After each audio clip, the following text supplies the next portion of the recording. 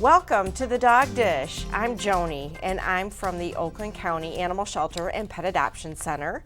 And with me today is Tricia and Beth from Do Only Good Rescue. Hi. And before we start, I just kind of want to explain why you gals are with me. At the Oakland County Animal Shelter, we only adopt out certain breeds on our side. On your side are our restricted breeds, like pit bulls, bull mastiffs, King Corsos, Rottweilers. Yep. There's a few listed. And in that case, what we do is we refer people who want to adopt those types of dogs out to you guys, the rescue. So you guys would vet these people, they put their application in, you check out their situation and make sure that the pet fits in their home. Correct. So that's why you gals are with me. So at first I want to talk about this beauty right here. And what's her name? This is Agnes. Oh, she's Agnes very pretty. is 3. She's 3 years old. How long has she been at the shelter? She's been there about 8 months. Okay, so quite a while. She seems fairly friendly. She's very friendly, very sweet. And She loves cheese. what makes her a restricted breed? What? She's listed as a pit mix. Okay, so she is a pit mix. So in that case, if someone wanted to, they came to the shelter, saw Agnes, fell in love with her, what we would do then is refer those people over to you to go through the vetting process. And 3-year-old Agnes, who loves cheese, she's beautiful. Is she good with kids? She is. Is she? Yes. Okay. What about other dogs? She's fine. She kind of ignores them. She's more one that just likes to do her own thing. She's quite Okay. independent. Okay. But she does find walking with them, hanging out with them. She's not a huge player, just kind of likes to Okay. chill and do her own thing. Maybe like a couch potato? Oh, or yeah. is she? Yes. Okay. No, that's good. I love couch potato dogs. I'm not a get up and run around husky, Jack Russell kind of person, so couch potato would work well for me. Agnes.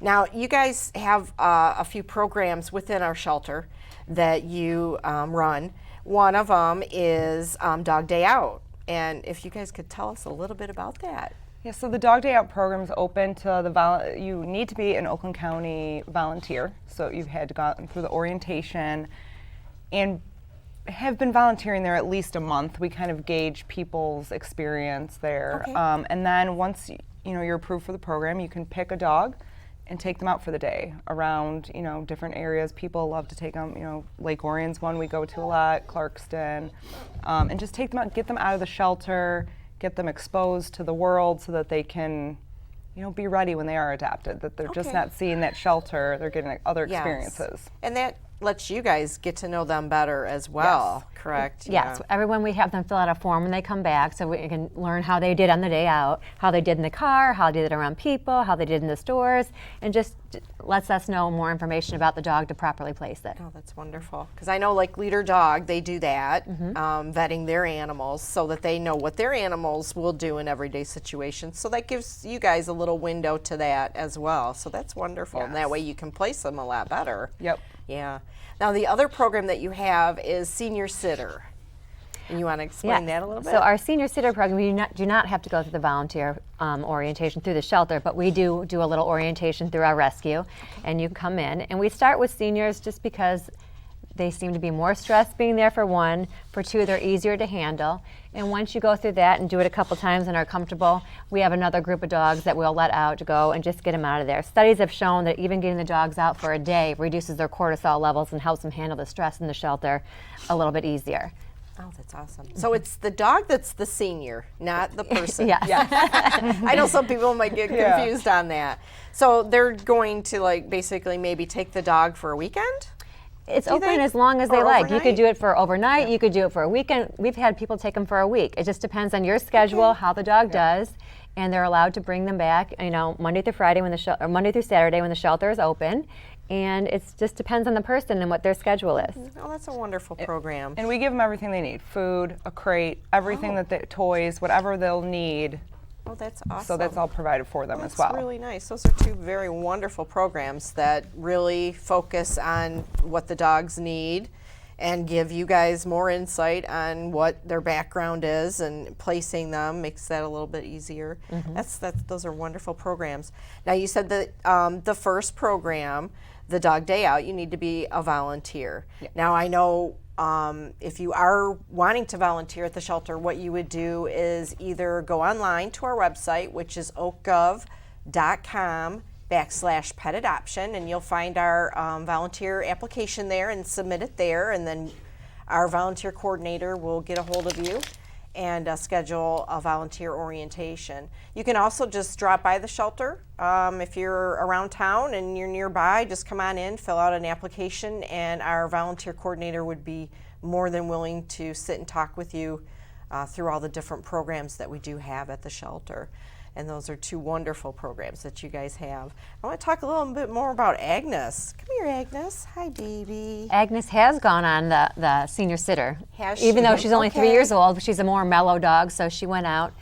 And we like to do it typically when you have nothing going on, not a lot, we don't want a lot of people coming in, you have a lot of busy weekend. It's more a day you just want to sit and chill and have someone, so they can just have someone with them and just take a time to decompress. And Yeah. So how did Agnes do? What did she do? she did wonderful. Wonderful. They had glowing reviews. She did well on a walk. She didn't have any accidents in the house. She liked her crate. She did wonderful. They said she did like to get on the couch a couple times, though. So that's a personal preference, if you want them on the couch or not. What so. dog doesn't like to get on the couch?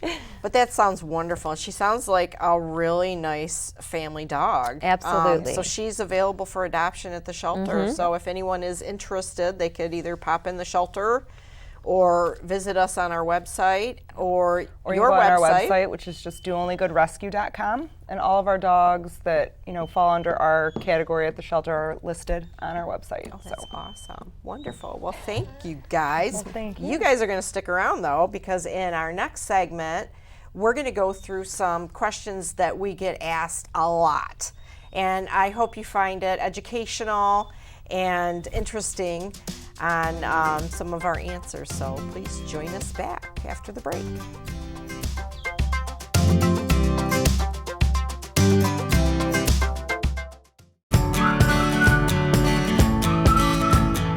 Have you ever wanted to produce your own TV show, short film, or podcast?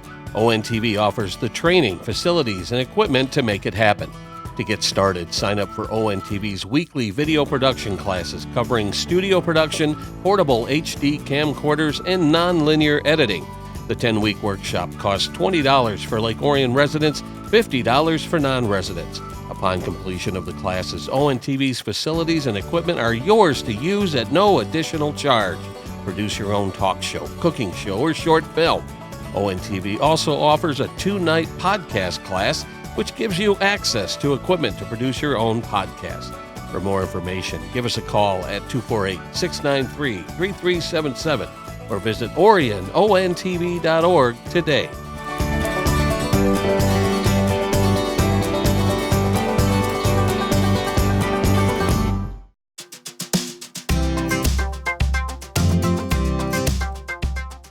Welcome back to the Dog Dish. Again, I'm Joanie from the Oakland County Animal Shelter and Pet Adoption Center, along with Tricia and Beth from Do Only Good Rescue. And in this segment, I thought we would just kind of go through some of the everyday questions that we get. Some are redundant to us. To others in the audience, I hope it's educational and informational, and maybe you might get something out of it that you didn't know before. So, my first thing is not a question really. It's more of an educational type thing. We get this every day, calls upon calls of neighbors calling in their other neighbors that their dogs are outside with no food, water, or shelter. And that's probably our biggest cruelty complaint that we get called in every day. And educational wise, I know not a lot of people know this. It's Michigan state law that your dog has to be provided with food, water, and shelter at all times when it's outside. Now, we had Agnes on. She is available for adoption at the animal shelter through the Do Only Good Rescue. Agnes is a very short-haired dog. Right? Yes. So she to me, would not do well in the winter months tied outside all She does day not long. like the cold at No. all. I know my dog doesn't either. It's paws up and prancing. I don't want to be cold. And mine's a little bit longer haired. So Agnes would not do well outside, especially with no doghouse, with no bedding, with no insulation. And that's another thing. In the state of Michigan, you have to insulate your doghouse with some kind of bedding. We suggest straw is the best insulator for a dog. I don't know if you guys have heard anything else. But if you're gonna keep your dog outside, which I don't recommend, and I know a lot of people do it, it's the natural thing to do, have the dog in the backyard with the doghouse, and I mean, we see it on TV shows and cartoons all the time. That's just status quo. I don't recommend that. I don't think you guys recommend that. No, and when we do have adopters who say, you know, that's going to be their goal, a lot of times we won't do that adoption because we don't want those dogs. That's not the life that we want to provide them. So we avoid that. That's good. On the flip side too, in the summer, you can see that you can see all of her freckles through her skin. Yes. She can get sunburned as well. So as long as there needs to be some shelter for her in the summer as well to get out of the sun, because she would sunburn. You bring up a very good point, because I don't think a lot of people know that. The dogs do get sunburned. I had a pit that had the white nose, pink nose, and he would always get sunburned on his little nose. So I don't think a lot of people know that. So that's a good point that you bring up. But that's one of the biggest things that probably we see at our shelter, or our officers see out in the field, is that people leaving their dogs outside without those basic needs. And we don't recommend it, but if you're gonna do it, you should do it right. And a dog like Agnes, if you're gonna leave her outside on a very, very cold day, we don't suggest that at all.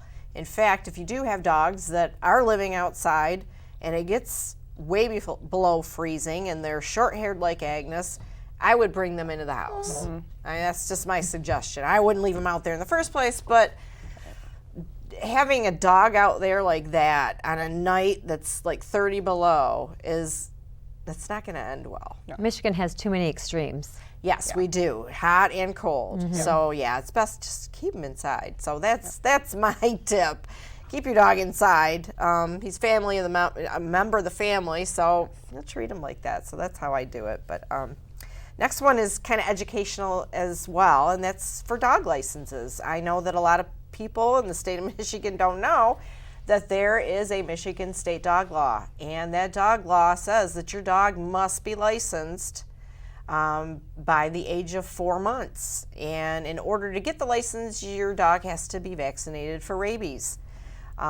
This law was put in effect in 1919, very old law, and I know a lot of people don't know that. And every year we go out and we census our service area, and we get a lot of people, and then the calls start coming in saying, I didn't know anything about this.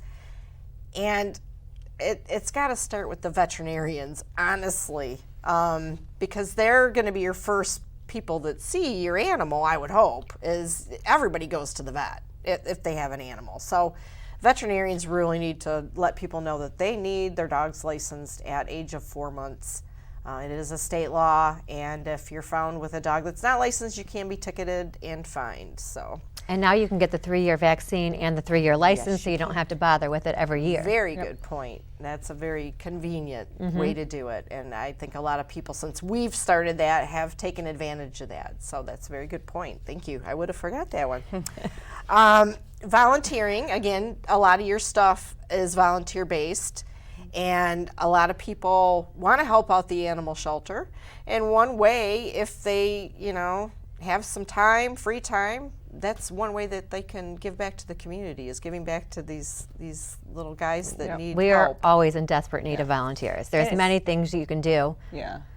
If you don't want to walk a dog or interact with the cats, one of the things we're going to be starting is an enrichment team for volunteers, because we're trying to provide enrichment every day, and there's just not enough of us to create all of it. So there's going to start being every week a day where we need volunteers to come in and make enrichment, and that is a huge help. So there's something for everyone to do there, whether you want to interact with the dogs or cats or not. There's always things that you can help with. Now you mentioned enrichment, and I'm important. going to play dumb.